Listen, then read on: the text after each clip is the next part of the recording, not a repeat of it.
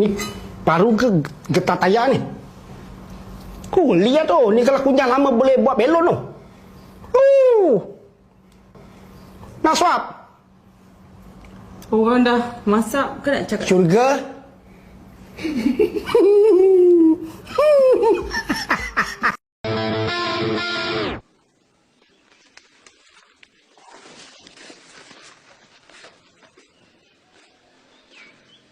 Nampak? Diam! Nampak? Nampak tenang di kat situ. Yang apa YB? Yang jahil amat. Sebenarnya YB Sembayang ni, dia pernah menjadi peserta laga ayam. Tapi disingkirkan. Kenapa? Tengoklah dia bawa binatang apa tu? Sangat binatang. Tengok betul-betul. Boleh saya bersuara? Boleh, boleh. Daripada tadi kemam aja. Saya mewakili masyarakat Rewang ya. Amat marah. Kenapa pengetua AF yang baru di-reveal awal?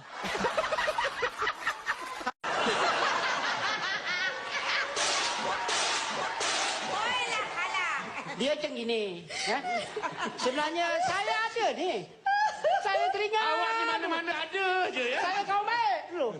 Saya ambil cover album ni. Cover album ni begitu meriah dulu. Saya ingat lagi tajuk dia macam ini, tajuk dia. Apa dia? Sambil berair lagi. Yang kalau diberi pilihan, Ya, perak dan emas, pilih yang mana? saya nak pilih yang Emas. Emas.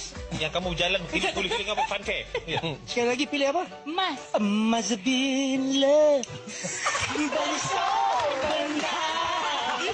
Tak payah sokong. Kamu geng siapa?